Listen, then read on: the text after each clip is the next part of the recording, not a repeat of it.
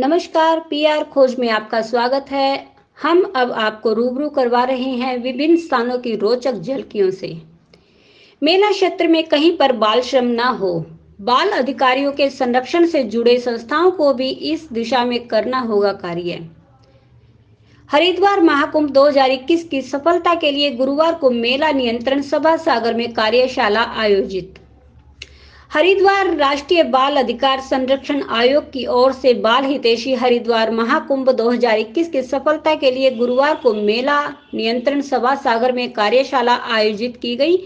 कार्यशाला में बच्चों के शोषण को रोकने के लिए विभिन्न उपायों के प्रति जागरूकता बढ़ाने के साथ ही पुलिस व चाइल्ड लाइन्स के माध्यम से उनकी जरूरत और मदद करने पर बल दिया गया है। मेला अधिकारी दीपक रावत ने कहा कि मेला क्षेत्र में कहीं पर बाल श्रम न हो, इसका हमें विशेष ध्यान रखना चाहिए। विशेषकर ढाबों, होटलों आदि में भी बाल श्रम रोकने के लिए वॉलंटियर और बाल अधिकारों के संरक्षण से जुड़ी संस्थाओं को भी इस दिशा में कार्य करना होगा।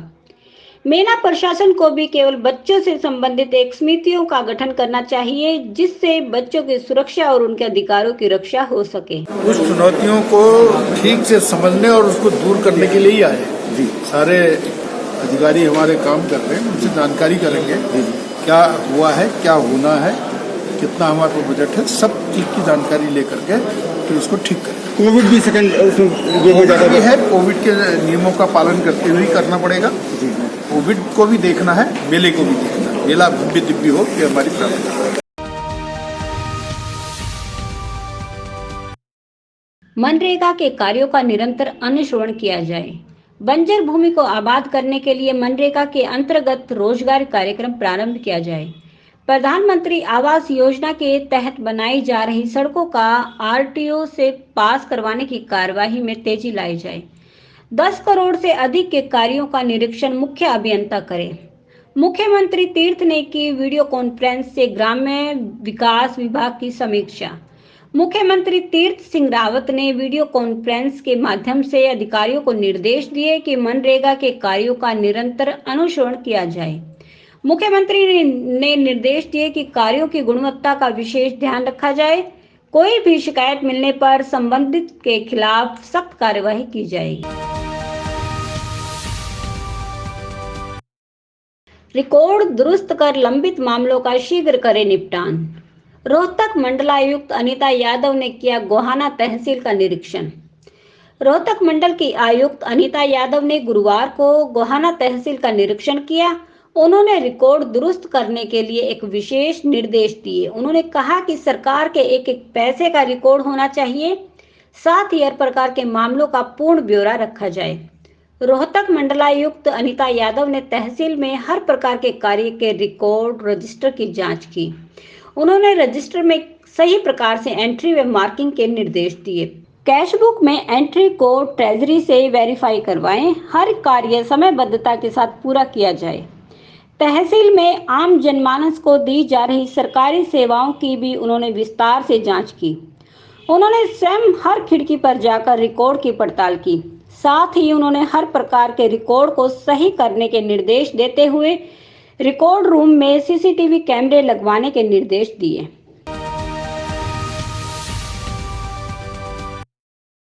कुरुक्षेत्र जिला पुलिस ने चलाया मास्क अभियान। मास्क न पहनना पड़ सकता है महंगा। देश में कोरोना महामारी के बढ़ते हुए संक्रमण को देखते हुए मास्क पहनना जरूरी है। जिला कुरुक्षेत्र में कोरोना के बढ़ते हुए केसों को ध्यान में रखते हुए पुलिस प्रशासन ने भी कड़ा रुख कर लिया है। इस बारे में आम लोगों से अपील करते हुए कुरुक्षेत्र पुलिस अधीक्षक हिमांशु गर्ग ने कहा कि जब भी आप किसी भी काम से अपने घर से बाहर निकलते हैं तो आपका मास्क लगा होना चाहिए, अन्यथा आपका चालान हो सकता है। मास्क से आप तो सुरक्षित रहेंगे ही और दूसरों को भी संक्रमण से बचाया जा सकता है। कोरोना से बचने के लिए हमें घर से बाहर निकलने पर यह भी ध्यान रखना जरूरी है कि कुछ लोग ऐसे भी हैं जो कोविड से संक्रमित हैं और उनमें लक्षण नहीं हैं। इसलिए हर इंसान को घर से बाहर निकलने पर मास्क जरूर लगाना चाहिए। घरों पर सोलर सिस्टम लगवाने की योजना लागू। योजना के तहत सूचीबद्ध फर्मों से सोलर सिस्टम लगवाने पर मिलेगी सब्सिडी। हरियाणा में सौर ऊर्जा को प्रोत्साहन देने के लिए दक्षिण हरियाणा बिजली वितरण निगम ने नवीन और नवीकरणीय ऊर्जा मंत्रालय के दिशा निर्देशों के अनुसार घरों पर सोलर सिस्टम लगवाने की योजना लागू की है। योजना के तहत सूचीबद्ध फर्मों से सोलर सिस्टम लगवाने पर 3 किलोवाट तक 40% व 4 किलोवाट से 10 किलोवाट तक 20% सब्सिडी दी जाएगी। दक्षिण हरियाणा बिजली वितरण निगम के प्रबंधन निदेशक डॉक्टर बलकार सिंह ने बताया कि 1 किलोवाट का सोलर सिस्टम लगवाकर उपभोक्ता 1 साल के भीतर लगभग 6,000 रुपए तक की बचत कर सकता है और इस सोलर सिस्टम पर होने वाले खर्च को 5-6 साल के भीतर ही पूरा किया जा सकेगा। निगम के विभिन्न श्रेणियों के अनुसार प्रति किलोवाट के हिसाब से रेट निर्धारित की गए हैं। उन्होंने बताया कि इस योजना से बड़े स्तर पर नवीन और नवीकरणीय रूप में सौर ऊर्जा से बिजली का उत्पादन होगा, जिससे बिजली बिल की बचत के साथ साथ प्रदूषण में भी कमी आएगी। इस प्रकार उपभोक्ता इस योजना को अपनाकर पर्यावरण संरक्षण में अपना अहम योगदान दे सकते हैं।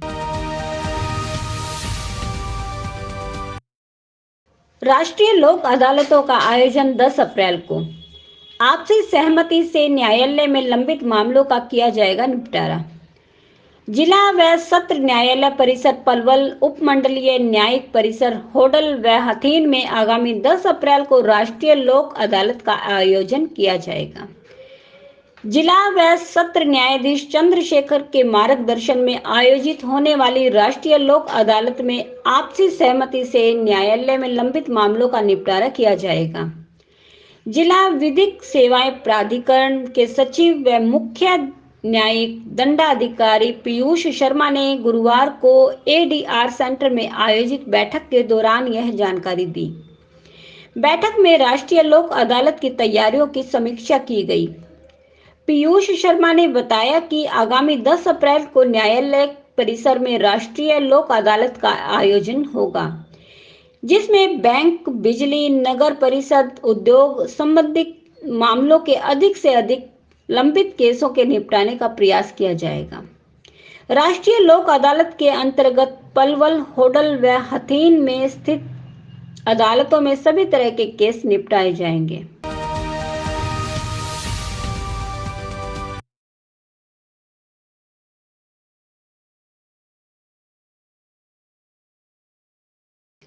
सार्वजनिक स्थलों पर आयोजित नहीं होंगे होली समारोह। उपायुक्त डॉक्टर आदित्य दहिया ने जींद जिला वासियों को होली की शुभकामनाएं देते हुए अपील की है कि कोरोना वायरस को देखते हुए इस बार सार्वजनिक स्थलों पर होली समारोह कार्यक्रम का आयोजन नहीं करें। उपायुक्त ने यह जानकारी वीरवार को दी। उन्होंने कहा कि सरकार द्वारा इस वर्ष कोरोना के फैलाव के मद्देनजर होली के उपलक्ष्य पर आयोजित होने वाले कार्यक्रमों पर रोक लगा दी गई है। कोरोना वायरस के संक्रमण पर अंकुश लगाने के लिए कमेटियों का गठन किया गया है। यह कमेटियां जिला भर में धार्मिक स्थलों जैसे स्कूल, कॉलेज व अन्य सार्वजनिक स्थलों पर निगरानी रखेंगी, ताकि किसी भी प्रकार में ज्यादा संख्या में लोग एकत्रित न हो सके।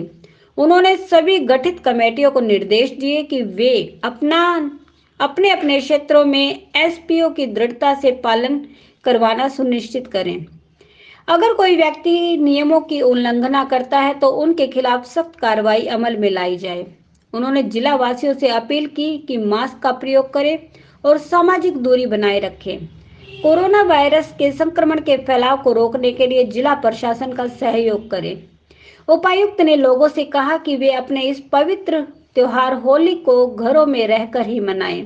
लोगों को कोरोना वायरस से बचाने के लिए जिला प्रशासन द्वारा कोई ढिलाई नहीं बरती जाएगी। तो अगर आपको हमारी वीडियो पसंद आए तो उसे लाइक, शेयर और सब्सक्राइब जरूर करें। जल्द ही हम आपको एक नई जानकारी से रूबरू करवाएंगे।